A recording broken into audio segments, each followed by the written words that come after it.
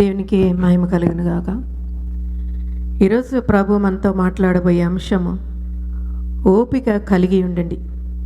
యాకోబు పత్రిక 5వ అధ్యాయము 8వ వచనం మనందరం కలిసి చదువుకుందామండి. ప్రభువు రాకడ సమీపించుచున్నది కనుక మీరును ఓపిక కలిగి ఉండండి, మీ హృదయాలని సిద్ధపరచుకోండి. యాకోబు రాసిన ఈ మాటలు మనం చదువుకున్న లేఖలో మనం చూసినట్లయితే 2 విషయాలు గమనించవచ్చు. ఒకటి, మీరు ఓపిక కలిగి ఉండండి. రెండవదిగా మీ హృదయాల్ని సిద్ధపరచుకోండి. ప్రభు రాకడ చాలా సమీపంగా ఉంది కాబట్టి, ఆఖరి దినాలలో ఉన్నాము కాబట్టి దేవుని బిడ్డలుగా మనము కాస్త ఓపికగా ఉండాలని దేవుని వాక్యం సెలవిస్తుంది. దేవుడు చెడ్డవారిపై శిక్ష పంపిస్తాడు, తప్పగా పంపిస్తాడు. కాబట్టి వారి గురించి మనం ఆలోచించడం మానేసి మనకి దేవుడు ఏ బాధ్యతను అప్పగించాడో వాటిని గ్రహించి తెలుసుకొని మరి ఓర్పుతో సహనముతో ముందుకు సాగిపోవాలని ప్రభు ఈరోజు ఇస్తున్న ప్రోత్సాహకరమైన మాట. చూడండి, ఒక రైతుని మనం చూసినట్లయితే రైతు విత్తనాలు చల్లినాక తొలకరి వాన కడవరి వర్షం కోసం ఎలా కాచుకొని ఉంటాడు, అంతేకాకుండా విలువైన ఫల సహాయము కొరకు ఆ యొక్క రైతు ఓర్పుతో సహనముతో కాచుకొని ఉంటాడో మనము కూడా ఆ విధముగా కాచుకొని ఓపికను కలిగి ఉండాలని దేవుని వాక్యం సెలవిస్తుంది. ఇది క్రైస్తవులందరూ నేర్చుకోవలసిన పాఠం అండి. ఇది చాలా కష్టమైనప్పటికీ విశ్వాసము ద్వారా ఇది సాధ్యమే. మీ హృదయాలను సిద్ధపరచుకునుడి అనే మాటను మనము గమనిస్తే మీ విశ్వాసాన్ని స్థిరముగా ఉండనివ్వండి. చదువుకున్న లేఖనం ప్రకారం మనకు అర్థమవుతుంది. దేవుడు మనకి ఇచ్చిన బాధ్యత నిరంతరాయముగా అలసిపోకుండా మనం చేస్తూనే ఉండాలి. చేస్తున్నప్పుడు నీకు కొన్ని శ్రమలు ఎదురవుతున్నా కూడా దేవుని యొక్క రాజ్యం కోసం నువ్వు తీసుకున్న తీర్మానాల విషయంలో స్థిరముగా ఉండనివ్వండి అని యాకోబు పత్రిక ద్వారా ఈరోజు ప్రభు మనకి ప్రోత్సహిస్తున్నాడు. మనం ఎప్పుడైతే స్థిరముగా ఉంటామో మన విశ్వాసం స్థిరముగా ఉంటుంది, మన హృదయం కూడా స్థిరముగా ఉంటుంది. నీ హృదయం ఎప్పుడైతే స్థిరముగా ఉంటావో దేవుని యొక్క రాకడ కోసం నువ్వు స్థిరమైన మనసుతో కాచుకొని ఎదురు చూచే బిడ్డగా నిన్ను తయారు చేసుకుంటాడు. చూడండి, మనకి ఏ ఏ విషయాల్లో ఓర్పు కలిగి ఉండాలి, ఎలాంటి విషయాల సహనముతో కలిగి ఉండాలి, ఒక 4 విషయాలు మీ ముందుకు నేను తీసుకొస్తానండి. మొదటిది సమయం. ఈ సమయం విషయంలో ఓర్పు సహనము ఈ దినాలలో ఎవ్వరికీ ఉండట్లేదు. ప్రసంగి గ్రంథము 3వ అధ్యాయం 1వ వచనంలో ఏమని వ్రాయబడిందంటే, ప్రతి దానికి సమయం కలదు అని గ్రంథకర్త అయిన సొలొమోను రాస్తున్న మాటల్ని మనం జ్ఞాపకం చేసుకున్నాం. దేవుడు నీ ప్రార్థన ఆలకించి నీకు సహాయం చేయాలంటే దానికి ఒక సమయం ఉందని నువ్వు గ్రహించాలి. దేవుని వాక్యం సెలవిస్తుంది, అనుకూల సమయంలోనే నీ ప్రార్థన నేను వింటాను, నీకు జవాబునిస్తానని. ఆ దినము పాత నిబంధనలో యెషయా ప్రవక్తకి దేవుడిచ్చిన మాట. యెషయా గ్రంథము 49వ అధ్యాయం 8వ వచనంలో ఏముందంటే, అనుకూల సమయమందు నీ మొరను ఆలకించి నీకు నేను ఉత్తరం ఇస్తాను. గత సంవత్సరంలో నేను కొన్ని విషయాలు దేవుని సన్నిధిలో కన్నీటితో విజ్ఞాపన ప్రార్థన చేస్తున్నప్పుడు దేవుడు ఆ రోజు యెషయాకి ఇచ్చిన వాగ్దానము, గత సంవత్సరం దేవుడు నాకు ఇదే వాగ్దానం ఇచ్చాడండి. అనుకూల సమయమందు నీ మొర నేను ఆలకించి నీకు నేను జవాబునిస్తాను. దేవుడు వాగ్దానం ఇచ్చినా కూడా నాలో ఒక తొందర, దేవుని సమయం కోసం నేను ఆగలేకపోయాను. ఒక 2-3 మంత్స్ చాలా నేను కష్టపడ్డాను. ఏంటి పరిస్థితులు ఇలానే ఉన్నాయి, మారటం లేదని. తర్వాత దేవుడు ఇచ్చిన తలంపు నాకు, దేవుని యొక్క సమయానికి నేను లోబడాలి. అనుకూల సమయమందు నా ప్రార్థన వింటానంటున్నాడు, ఆ ప్రార్థనకి జవాబు ఇస్తానంటున్నాడు. నేను ఎందుకు లోబడకూడదు? ఈరోజు వరకు చూస్తే ఆ పరిస్థితులు అలానే ఉన్నాయండి, ఎక్కడా కూడా మార్పు లేదు. మరి గత సంవత్సరం నుండి ఈరోజు వరకు కూడా దేవుడు ఇన్ని నెలలు కూడా నాకు ఓర్పు సహనాన్ని నేర్పిస్తూ ఆయన మీద ఆయన సమయం కోసం నేను లోబడి ఉండాలని దేవుడు నాకు నేర్పిస్తూ ఉన్నాడు. దేవునికి ఏ మహిమ కలుగును గాక.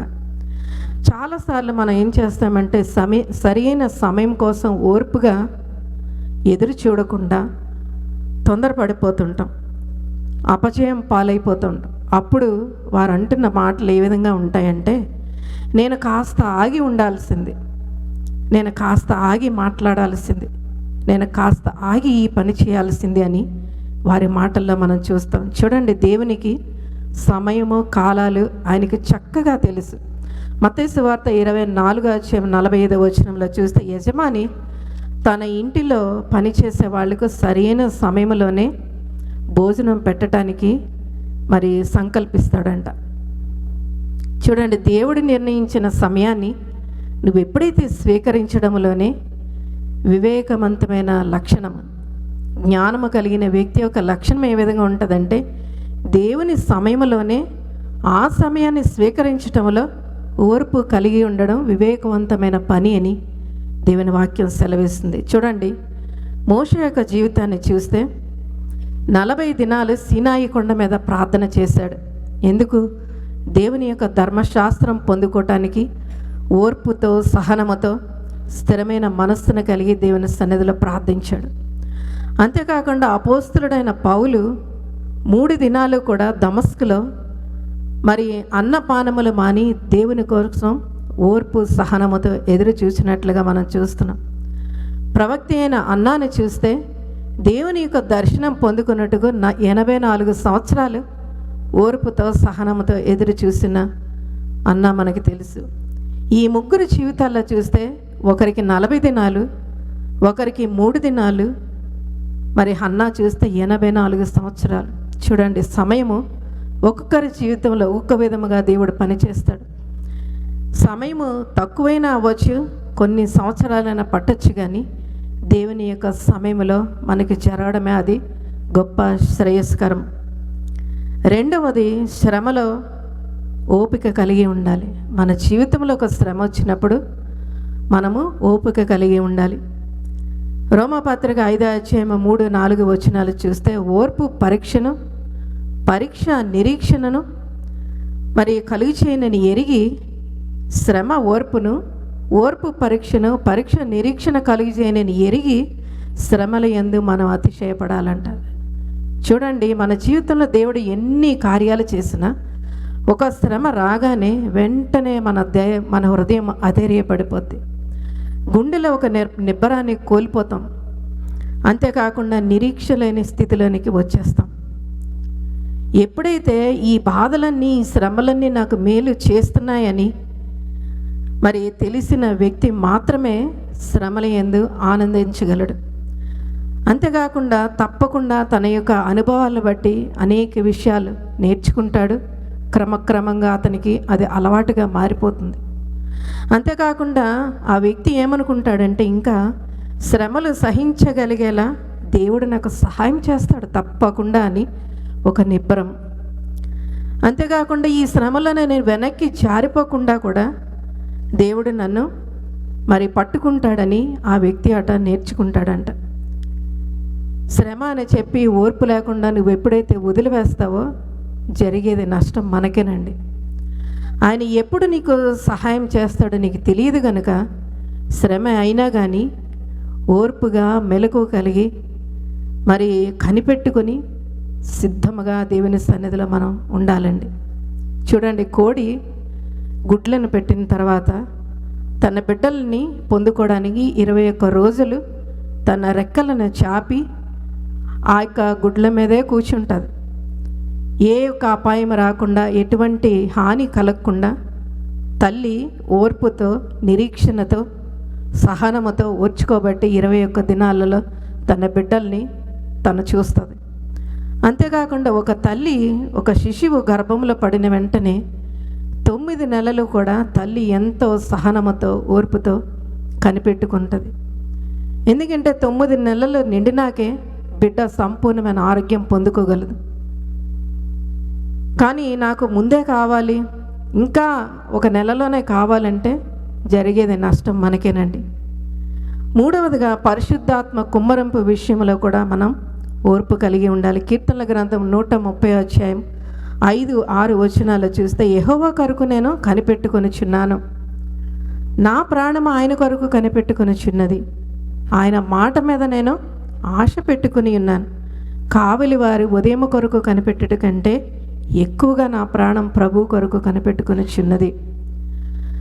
పరిశుద్ధాత్మ నింపుదల సహాయం కొరకు నువ్వు ఎప్పుడైతే ఓపికతో కనిపెడతావో నువ్వు ఆశీర్వాదముగా ఉండగలవండి. నువ్వు ఆశీర్వదింపబడతావు తప్పకుండా. చూడండి, మేడగదిలో అపోస్తలు 10 దినాలు ఎంత ఓర్పును కలిగినప్పుడు మాత్రమే పరిశుద్ధాత్మ కుమ్మరింపు ఆ యొక్క శిష్యుల మీదకి రావడం జరిగింది.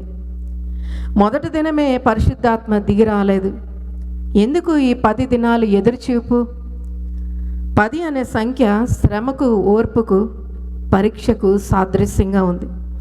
దేవుని సహాయం కొరకు ఓర్పు కలిగిన వారే నువ్వు ధన్యుడిగా దేవుడు తయారు చేయగలడండి. ఎందుకంటే ఓర్పు కలుగు చేయవాడు ఆయనే. ఆయన పేరే నిరీక్షణకర్త.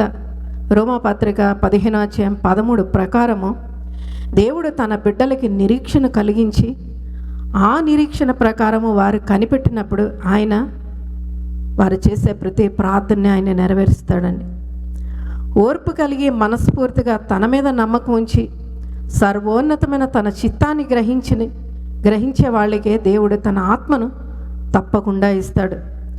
పరిశుద్ధాత్మ అనే నూనె లేని, బుద్ధి లేని 5 కన్యకలను చూస్తే ఆ యొక్క పరీక్షల ఓర్పు లేక ఓడిపోయినట్లుగా మనం చూస్తున్నాం.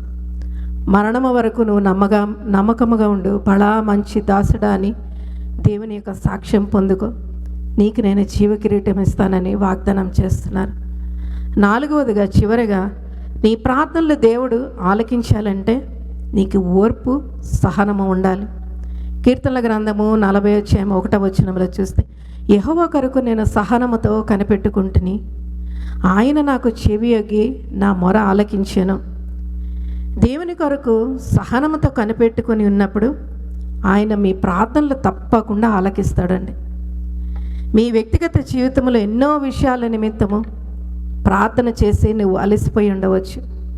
ఈరోజు దేవుడు నీతో సూటిగా మాట్లాడుతున్నాడు. నువ్వు నా కోసం కనిపెట్టుకుని ఓర్పుతో, సహనముతో ఎదురు చూస్తున్నావు, తప్పకుండా నీకు గొప్ప ప్రతిఫలం ఇస్తానని ఆయన వాగ్దానం చేస్తున్నాడు.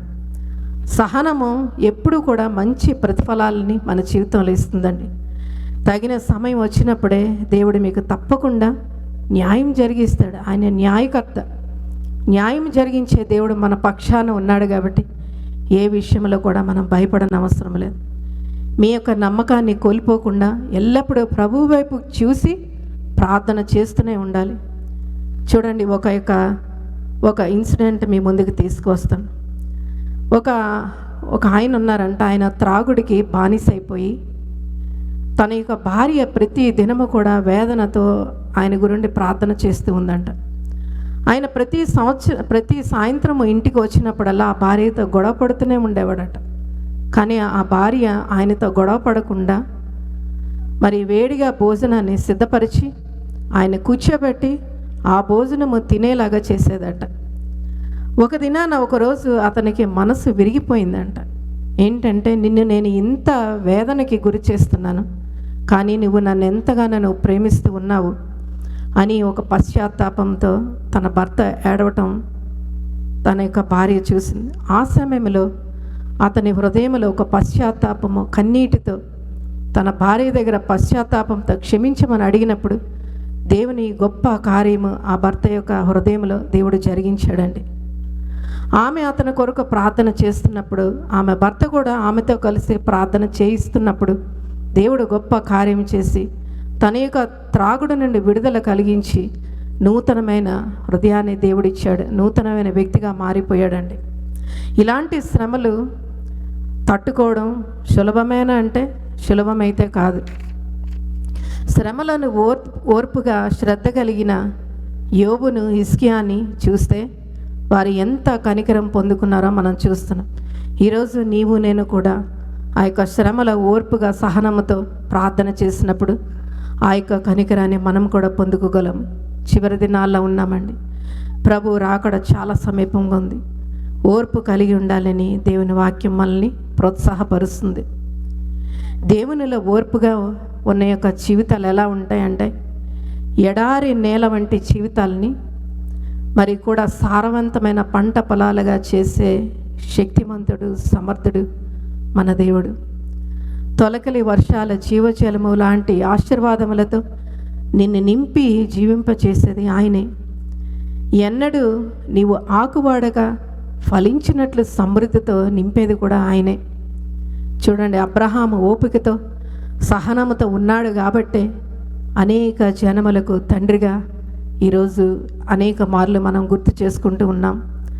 హన్నా ఓపికతో ప్రార్థించింది, తన హృదయాన్ని స్థిరముగా ఉంచుకుంది కాబట్టి గొడ్రాలు అనే నిందను పోగొట్టుకుంది తన జీవితంలో.